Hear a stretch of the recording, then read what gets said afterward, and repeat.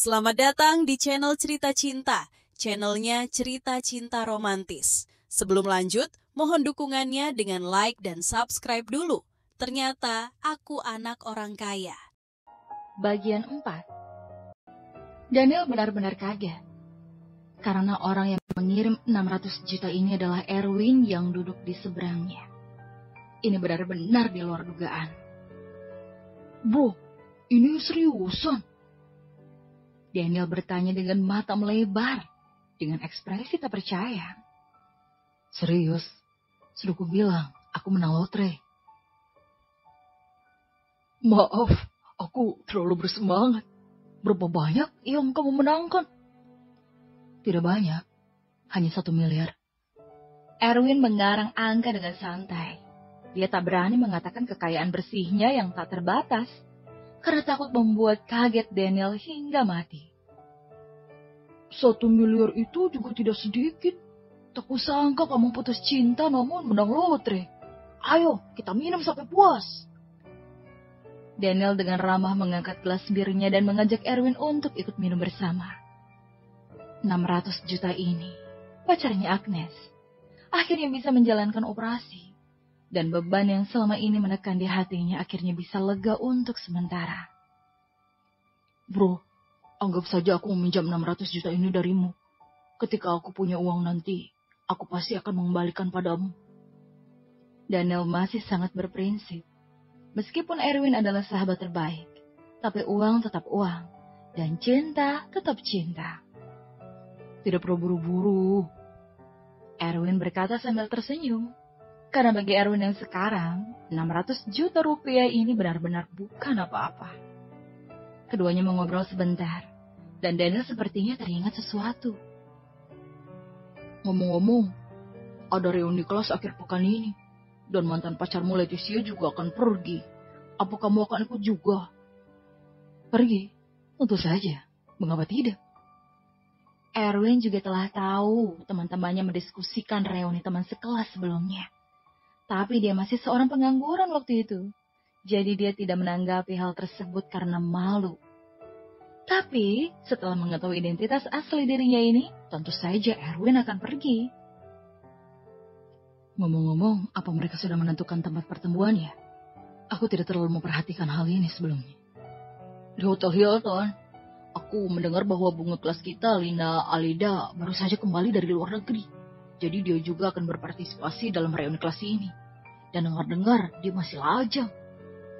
Daniel melirik Erwin dan berkata dengan penuh arti. Bagaimana mungkin Erwin tak mengerti arti dalam kata-kata Daniel? Yaitu, sekarang kamu sudah putus dengan pacarmu, jadi kebetulan aja dan bisa mendekati Lina. Terlebih lagi, ketika masih kuliah, Erwin juga pernah mendekati Lina. Hanya saja ketika sudah mau jadian, Lina justru memilih untuk belajar di luar negeri, sehingga Erwin beralih mendekati Leticia. Jangan bercanda, aku bahkan tidak punya pekerjaan sekarang. Bagaimana mungkin dia bisa tertarik padaku? Erwin tersenyum, karena dia tidak terlalu peduli tentang hal tersebut lagi. Lagi pula itu sudah bertahun-tahun kan, perasaannya sudah tidak sama. Begitu pula dengan dirinya yang sekarang, sudah berbeda dengan yang dulu. Saat ini Erwin lebih menantikan tunangannya, Jocelyn. Dibandingkan dengan Jocelyn, gadis-gadis lain tidak ada bandingannya dalam hal penampilan dan latar belakang kekayaan. Setelah berpisah dengan Daniel, Erwin yang sudah kenyang menyeret 2 koper besar dan bersiap untuk pindah ke villa mahkota di Tuluk Oak. Setelah memanggil taksi dengan ponsel, dia mengambil barang bawaannya dan langsung pergi ke Tuluk Oak. Tuluk Oak terbagi menjadi 2 komunitas. Biasanya, tipe apartemen dan komunitas taman tipe villa. Meskipun kedua komunitas dibangun berdekatan, namun perbedaan harga setidaknya 10 kali lipatnya. Dan orang-orang yang tinggal di dalamnya dibagi menjadi beberapa tingkat. Supir taksi pun membawa Erwin ke departemen layanan Tuluk Oak. Setelah turun dari mobil, Erwin yang menyeret 2 koper besar sedikit bingung dan tak tahu harus kemana. Untung saja, setelah dia mengambil beberapa langkah, dia sampai di departemen layanan masyarakat Tuluk Oak. Akan kutanya di dalam saja. Lagi pula, tidak tahu Demon sudah mengatur yang untukku atau belum. Sambil memikirkan ini, Erwin menyeret 2 koper besar ke departemen layanan. Dan tak menyangka akan bertemu dengan 2 orang yang dia kenal ketika masuk. Ya, kedua orang itu adalah Leticia dan pacarnya yang kaya serta tampan. Mereka sepertinya baru saja selesai membeli rumah dan bersiap untuk keluar. Tetapi mereka melihat Erwin berjalan masuk dengan 2 kopernya. Erwin, kenapa kamu di sini? Leticia memasang ekspresi bingung dan sudut mulut Adam Jones yang melihat ini sedikit terangkat. Seolah-olah akhirnya menemukan kesempatan untuk pamer di depan Erwin. Erwin juga melihat Leticia dan Adam, sedikit mengerutkan keningnya, sepertinya Adam benar-benar membawa Leticia untuk membeli rumah ini. Erwin, kebetulan sekali. Kenapa datang ke Teluk Oak? Jangan-jangan kamu mengekori Leticia? Adam berkata dengan sedikit sarkasme. Kamu terlalu banyak pikir. Aku pindah rumah ke sini. Erwin menjawabnya dengan acuh tak acuh. Pada saat ini Leticia dan Adam memperhatikan bahwa Erwin memang datang dengan barang bawaannya. Erwin, apa kamu ingin menyewa rumah di sini? Apa kamu tidak tahu kalau sewa di sini itu tidak murah? Lagi pula kamu bahkan tidak punya pekerjaan sekarang. Jadi kamu tidak akan mampu untuk tinggal di sini. Leticia membuka mulutnya dan mencibir. Hah, memangnya urusanmu. Kalau aku tidak sanggup nyewa. Erwin menjawab dengan dingin. Ya, memang bukan urusanku. Tapi sebaiknya kamu tidak perlu lagi mengekoriku. Kita berdua tidak lagi berada di dunia yang sama. Leticia berpikir bahwa alasan Erwin pindah ke sini adalah untuk dapat melihat dirinya dari dekat. Jadi agar Erwin menyerah, dia mengangkat tas Elvi yang ada di tangannya dan surat pembelian rumah. Kemudian menunjukkannya pada Erwin sambil berkata, lihatlah baik-baik. Tas Elvi yang harganya berjuta-juta, serta rumah di Teluk Oak yang seharga 1,6 miliar. Ini semua adalah barang yang tidak akan bisa kamu berikan padaku. Adam juga sedikit mengangkat mulutnya, karena tadi malam Erwin sok-sokan menggunakan uang 20 juta untuk membayar sewa. Dan itu membuatnya kesal. Sekarang dia akhirnya bisa membalas Erwin, dan perasaan menang ini benar-benar luar biasa. Bocah miskin, lihat baik-baik. Inilah kemampuan kalau tidak punya uang. Jangan sok-sok di depan orang. Setelah selesai berbicara, Adam memeluk pinggang Leticia dan bersiap untuk pergi dengan penuh menang.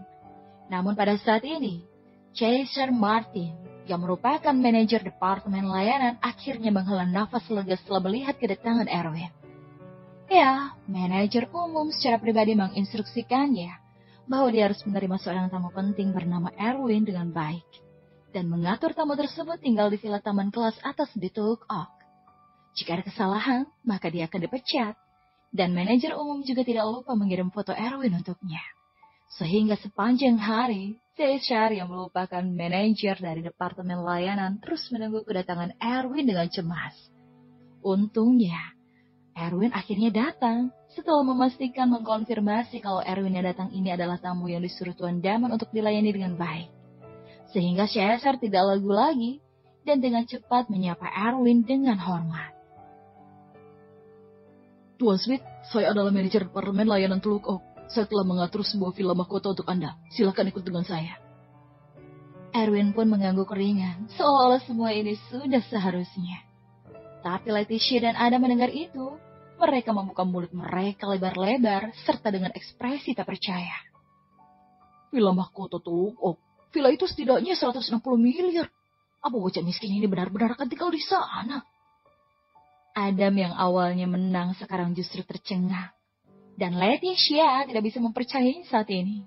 Bagaimana mungkin Erwin yang bahkan tidak mampu membayar uang sewa bisa tinggal di villa mahkota? Erwin sama sekali tidak mempedulikan mereka berdua. Tetapi setelah berjalan beberapa langkah, dia tiba-tiba berbalik dan berkata pada Leticia yang tertegun di tempatnya. Ngomong-ngomong, Leticia, aku sangat setuju dengan apa yang kamu katakan. Yang mana? Bahwa kita berdua tidak lagi berada di dunia yang sama. Erwin tersenyum sedikit dan mengembalikan kata-kata itu pada Leticia secara utuh. Bagaimana mungkin dia mampu tinggal di sana? Ini tidak mungkin. Leticia tidak percaya bahwa Erwin mampu membeli villa mahkota di Teluk Oak dengan harga yang tinggi langit itu. orang-orang yang bisa tinggal di sana benar-benar memiliki status uang berbeda. Bahkan hanya menyewa di sana, Erwin tetap tidak mungkin mampu. Cara licik seperti apa yang digunakan bocah miskin ini? Adam sangat tertekan saat ini. Dia awalnya berpikir telah berhasil menang sukses di depan Edwin, tetapi dia tidak menyangka keadaannya justru berbalik. Tapi dia tidak percaya bahwa Erwin bisa tinggal di villa mahkota. Mereka yang bisa tinggal di dalam sana hanyalah orang yang memiliki status yang sangat tinggi. Bahkan ayahnya tidak bisa. Akan lebih tidak mungkin lagi bagi bocah miskin seperti Erwin. Adam berpikir sejenak, kemudian memikirkan hipotesis yang paling memungkinkan. Sepertinya bocah ini membayar orang untuk berakting adegan ini. Benar, pasti seperti ini. Dia tidak mungkin mampu tinggal di villa mahkota. Itu semua pasti adegan yang dia rencanakan, bukan? Leticia juga mengangguk dan mulai meyakinkan dirinya sendiri. Ngomong-ngomong, bukankah kamu ada reuni kampus lusa nanti? Ingat pajak aku ya.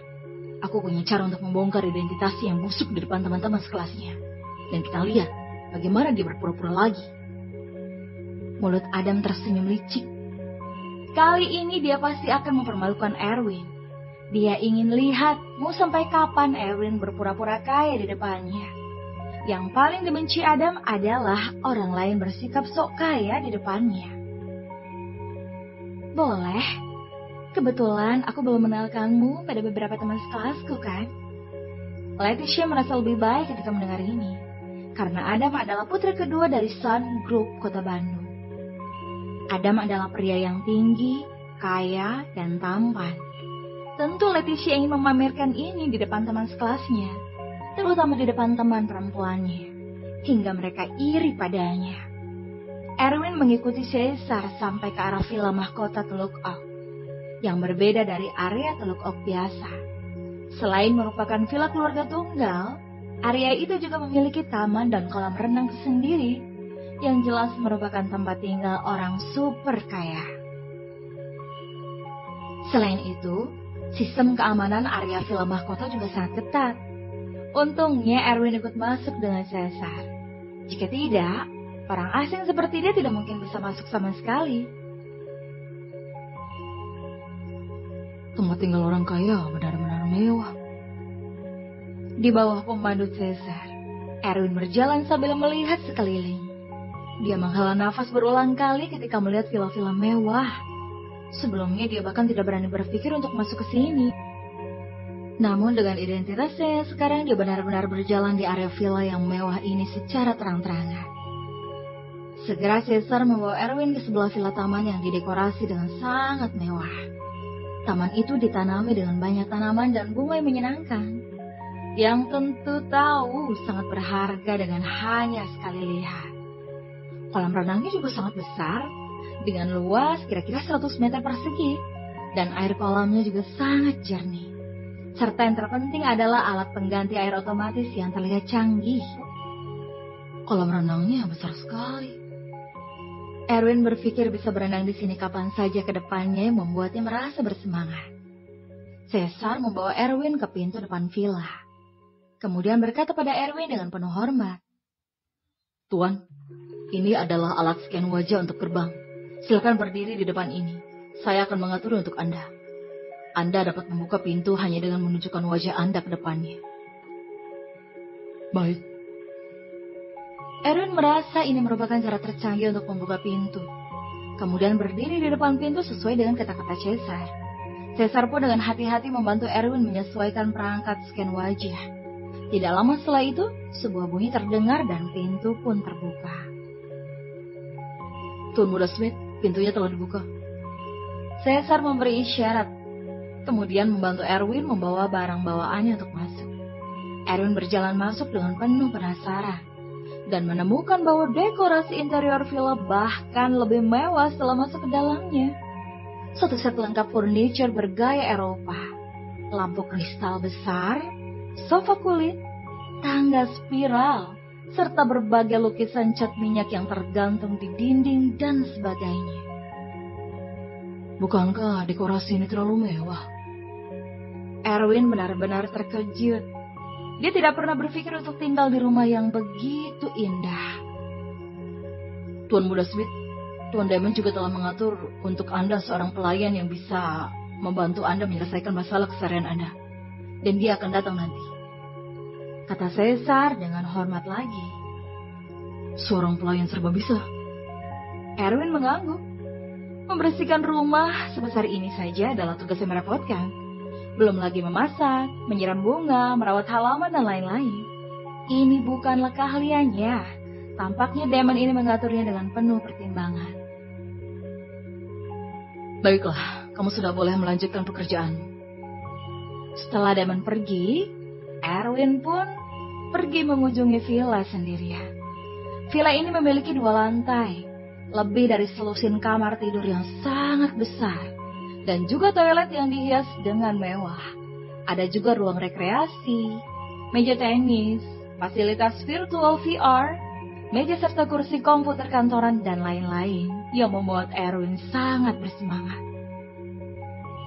Menyenangkan sekali menjadi orang kaya. Setelah bermain game VR virtual selama setengah jam, Erwin sudah merasa sedikit lelah. Jadi dia berhenti dan memilih sebuah kamar tidur yang paling besar. Setelah masuk, dia langsung baring di atas ranjang empuk ala Eropa yang ada di dalamnya. Erwin istirahat di tempat tidur tersebut sebentar, namun dibangunkan oleh bunyi bel. Siapa yang membukakan bunyi pintu? Erwin terduduk dari tempat tidur. Tiba-tiba teringat bahwa Caesar telah menyebut seorang pelayan kepadanya sebelum pergi. Jadi dia segera berlari ke lantai bawah untuk membuka pintu. Setelah pintu terbuka, terlihatlah seorang wanita yang sangat cantik yang sedang berdiri di depan pintu sambil mengenakan pakaian pelayan profesional. Erwin yang melihat ini sedikit linglung. Bersombong.